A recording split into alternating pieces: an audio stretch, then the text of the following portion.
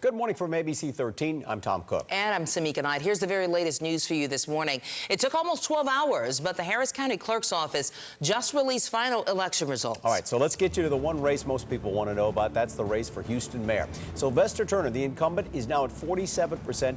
Tony Buzbee, the second place finisher, at 28%.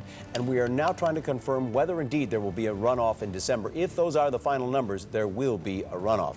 But now more of that long delay in the counting votes and getting the results out. That is an even bigger story overnight. ABC 13 reporter Catherine Marchand is outside the county clerk's office. And Catherine, we won't get answers anytime soon, apparently.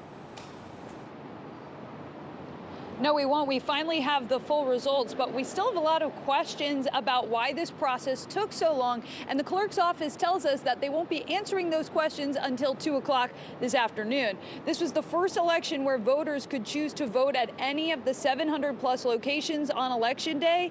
It's the new countywide polling place program. But County Clerk Diane Troutman says that's not what went wrong. At the last minute, she says the Texas Secretary of State changed the reporting process, so results couldn't be transmitted electronically. They all had to be manually driven to the downtown election office. But despite the delay, she is encouraged by the turnout.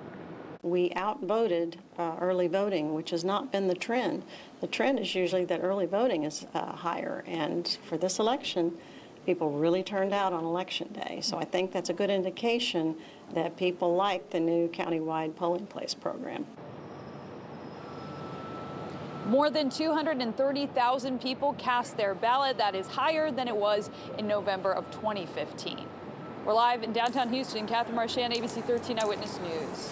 Thanks, Catherine. ABC 13's Ted Oberg was with the Buzbee campaign last night, and he joins us live this morning. Ted, no one thought the counting would take this long. Yeah, I think least of all, Samika and Tom, the candidates and the county clerk herself. I talked to their office about 1:15 this morning. I think they were frustrated this was taking so long. And when you think about it, it is somewhat absurd that we had to wait 12 hours for what we think are final results. If these do hold, it will be what almost everyone expected here in the city of Houston, a runoff between Mayor Turner and Tony Buzbee. And you think this runoff will probably be held sometime in December, Ted?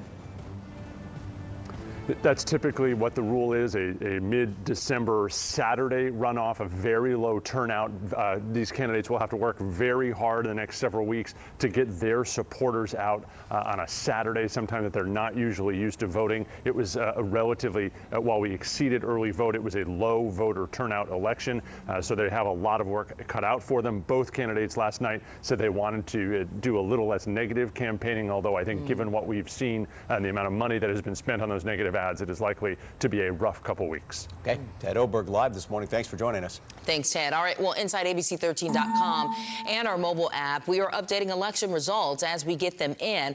You can sort the results county by county, and you can also see where city of Houston races stand right now. All right, now to Montgomery County, where a wanted man who had a knife was shot and killed by 3 officers at a home in Willis.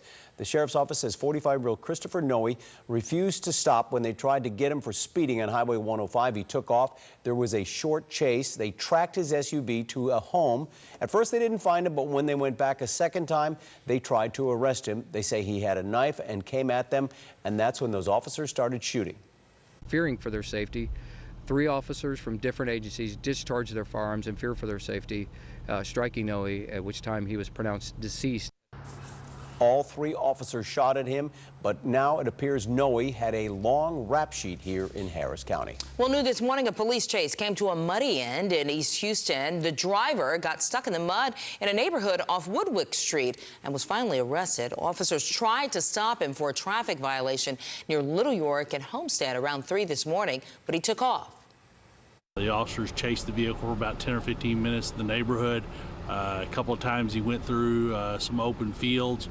Officers were able to keep up with him. We're trying to contact the owner of the vehicle right now. Police believe the truck was stolen. They say there's a problem with Ford F-250s being stolen at night and then used in crimes. A mother and her son from Houston are accused of hiding cash, trying to disguise it in bundles of tamales or tacos. They were busted in Corpus Christi. ABC 13 reporter Courtney Fisher reports police think they were headed to Mexico.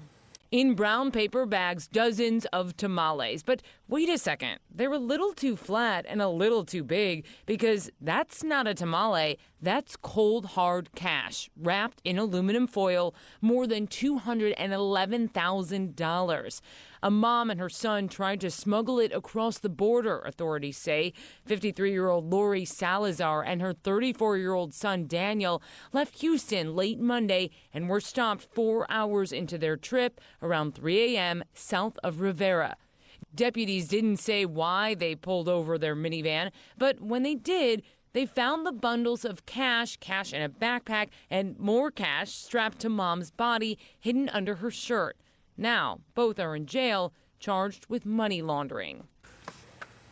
All right, let's check on the forecast here with Alita Loreska. Good morning to you. Good morning, Samika and Tom. Good morning, everybody. 2 cold fronts on the way over the next 7 days. That first cold front is going to hold off until tomorrow. So for today, temperatures are going to warm up. We've got a really nice day, a dry day on tap for us. But that cold front is sending some snow, some mixed precipitation. We're talking some sleet up toward portions of the northern plains. We'll see a few fair weather clouds across our part of the state, with temperature readings hovering right around 82 degrees. Some wet weather setting up for San Antonio, Midland, and El Paso. Meanwhile, Amarillo could also get clipped by some rain. Mild temperatures today, but behind that front tomorrow, a big drop in temperatures. That drop in temperatures will eventually happen for us when we wake up on Friday morning. Now, there is going to be a slight threat for excessive rainfall here across southeast Texas. The areas highlighted for that risk will be right along I-10, south of I-10, a better chance there for some heavier pockets of rain that could come with some of those stronger thunderstorms. Severe weather threat will be on the low end, but the potential for some heavy rain will be there, and you can see why. That heavy band of rain coming in Thursday afternoon across portions of Waco will be sliding southward. So I think between lunchtime, let's say 6, 7 p.m. could see the best threat for that heavy rain here across southeast Texas in the Houston area between 3 to 5 p.m. and then moving off the coastline. Now, overnight Friday, we'll start to see some drier conditions starting to develop here. Most of the rain pushing offshore, but some lingering clouds could prompt a quick moving rain shower or two. And as I mentioned, I think the storm threats for Thursday will be primarily street flooding, and we're talking isolated, just a slight threat there, and no major issues with severe weather. Meanwhile, that cooler air that'll be diving southward is going to last through the weekend. We've got another front on the way for Veterans Day. That one is going to bring us a nice stretch of cooler weather and also the potential for some wet weather. Catherine. Well, Lita, right now we are monitoring some ramp closures. It could affect your drive in the overnight hours. So we're talking about the 610 West Loop northbound and southbound ramps to 59 northbound. That is an overnight closure. We'll see it once again tonight from 9 o'clock this evening until 5 tomorrow morning. It's the same closure in the same area that we saw last night. Goes back into effect this evening. So if you're trying to get through that interchange, take 59 southbound, U-turn at Chimney Rock. All right, and that's ABC 13 Eyewitness News for this morning. Thanks so much for joining us. Join us on ABC13.com as well as our news app for all the election results you need. Stay with us.